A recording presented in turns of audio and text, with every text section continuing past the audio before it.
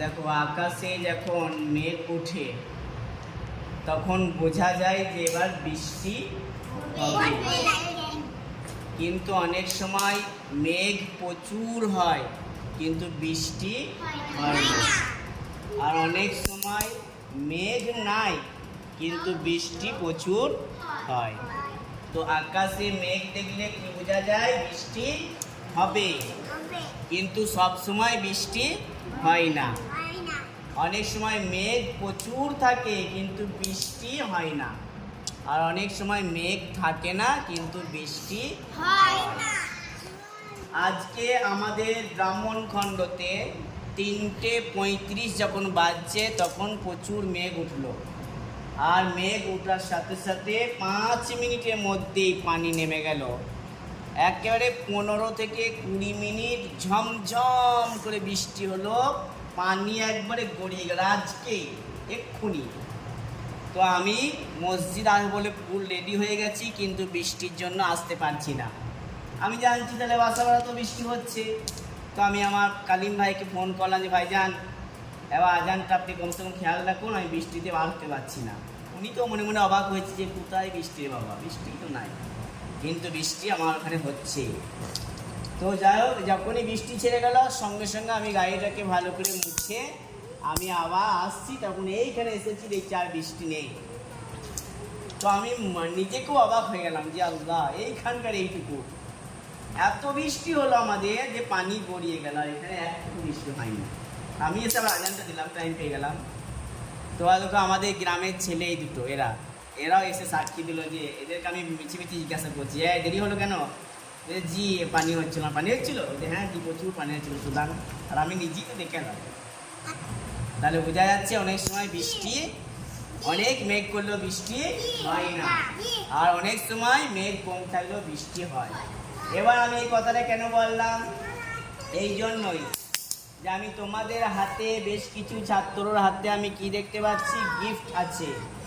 তো আমি তোমাদের কিছু ছাত্রছাত্রীদের হাতে আমি গিফট দেখতে পাচ্ছি। এর দ্বারা বোঝা যাচ্ছে যে তোমরা শিক্ষক দিবস উপলক্ষে গিফট নিয়ে এসেছো। ঠিক বললাম? আমি গতকালকে তোমাদেরকে বলেছিলাম যে শিক্ষক দিবস করাটা শরীয়তের কোনো বিধান নয়, ইসলামের কোনো আইন নাই, কিন্তু সরকারি আইনে শিক্ষক দিবস পালন করছে। আমি একটাই কথা বলবো যে শিক্ষক দিবসে শিক্ষককে গিফট দিয়ে যতটা না সম্মান দেওয়া যায়, তার থেকে বেশি ভালো সেই শিক্ষকের কাছে যেয়ে তার হাতটাকে ধরে ক্ষমা চেয়ে বলতে হবে যে হুজুর বা জি বা স্যার, আমি 1 বছর ধরে আপনার কাছে বেয়াদবি করেছি, বদমাশি করেছি, আমাকে ক্ষমা করে দিন। কারণ অনেক ছাত্র আছে, তোমরা নয়, স্কুল কলেজে অনেক ছাত্র হচ্ছে যারা শিক্ষকের সঙ্গে খুব বেয়াদবি করে, এত বেয়াদবি করে যে শিক্ষকের মনে খুব ব্যথা হয়। তা তাদেরকে গিফট দেওয়ার থেকে যদি ক্ষমা চায় না, যে জি আমাকে স্যার আমাকে ক্ষমা করে দিন, প্রচুর কষ্ট দিয়েছি আপনাকে 1 বছর, আজকে শিক্ষক দিবস, স্যার আপনি আমাকে ক্ষমা করে দিন, আমার মনে বলে এই কথাটা বলে বেশি খুশি হবে না? তবুও হ্যাঁ, তাকে খুশি করার জন্য একটা করে গিফট তুলে দিতে হয়। আমিও আজকে আমার শিক্ষক নয় তারা, আমি বাসাপাড়ার হাই স্কুলে প্রায় 10 থেকে 12 বছর আরবি ক্লাস করেছিলাম। এই স্কুলে আমি মাস্টার ছিলাম। তখন থেকে ওই মাস্টার যত আছে এখন সবার সাথে আমার পরিচয়। আমাকে ওরা দোস্ত বলে। দোস্ত মানে জানো? বন্ধু। মানে কি? বন্ধু। হ্যাঁ, থ্যাংক ইউ, সব জানি। দোস্ত বলে আমাকে, মানে আমাকে বন্ধু বলে, সবাই খুব ভালোবাসে। তো আমার মেয়ে রুকসার পারভিন ওখানে পড়ছে, দেখা হয়েছিল না আমার সঙ্গে, এখনই গিয়েছিলাম আমি। তো আমি এই ব্রাহ্মণ বাসাপাড়ার হাই স্কুলে 40 জন শিক্ষককে আমি আমার মেয়ের তরফ থেকে 40টা পেন তাদেরকে উপহার দিলাম। স্কুলে গিয়ে আমি অফিসে গিয়ে আমি রুকসাকে নিয়ে গেলাম, যে সব মাস্টারকে একটা একটা করে পেন দিয়েছি, তার আমিও দিয়েছি, ভালো লাগলো দিতে। এবং আমি আর একটা কথা বলেছি, মোবাইলে উঠছে কথাগুলো, যে শিক্ষক সব থেকে বড় শিক্ষক কে জানো? সব থেকে বড় শিক্ষক কে বলো? কে? সব থেকে বড় শিক্ষক হচ্ছে মা। তো মাকে গিফট দিতে হবে। তো আমি আমার মায়ের জন্য একটা গিফট এনেছি, বলো সুবহানাল্লাহ। আমি আমার মায়ের জন্য কাপ সেট এনেছি, কাপ সেট। আর আমার স্ত্রী, সে হচ্ছে আমার মেয়ের মা, ওকে একটা কিনে দিয়েছি যে তুমি তোমার মাকে দিলে। মানে সব থেকে বড় শিক্ষক হচ্ছে পৃথিবীতে মা। সর্বপ্রথম যে শিখিয়েছে আমাদেরকে অ আ ক খ ABCD, সেটা মাই শিখিয়েছে। তাহলে সর্বপ্রথম শিক্ষককে, শিক্ষককে গিফট দিতে গিয়ে তাকে দাও, মাকে কিছু উপহার দাও। তো আমি আমার মায়ের জন্য গিফট কিনেছি, আমার মোবাইলে ছবি আছে, লাস্টে দেখাবো কিনেছি না, বিশ্বাস হবে না। আর আমি ওই শিক্ষকদেরকে আজকে গিফট দিয়ে এসেছি। আর আজকে সন্ধ্যায় আমার মেয়ে প্রাইভেট করে, যেখানে ফার্স্ট সকালে শামসুল স্যারের কাছে করে গিয়েছে, ছেলেকেও ফার্স্ট সকালে শামসুল স্যার এখানে শিক্ষক দিবস করে গেছে। আজ রাত্রে সন্ধ্যার পর আমাদের বাড়িতে যিনি পড়াতে আসছেন আমার ভাগ্নে, ওখানে আবার শিক্ষক। তোমরা আমাকে জিজ্ঞেস করছিলে কজন না, একদিন জিজ্ঞেস করলে, তাই আমি বললাম না 20 টাকা করে চাঁদা তোলা দরকার নেই, যার মন চাইবে দেবে, না মন না দেবে, বেকার ঝামেলা করা আমি ভালোবাসি না। আর কথা আমার সহ্য হয় না। কি সহ্য হয় না? কথা। তো আমি এখন দেখছি তোমাদের হাতে সবারই গিফট আছে। আমি কিন্তু তোমাদেরকে আজকে কিছু দিতে পারবো না বেশি, কারণ আমি জানতাম না যে তোমরা আমার জন্য গিফট আনবে। তো যাই হোক, আমি তড়িঘড়ি এখন একটা বিস্কুট নিয়ে এসেছি, আর এই চকলেট আছে, এইটা দেবো। ঠিক আছে? খুশি হবে তো?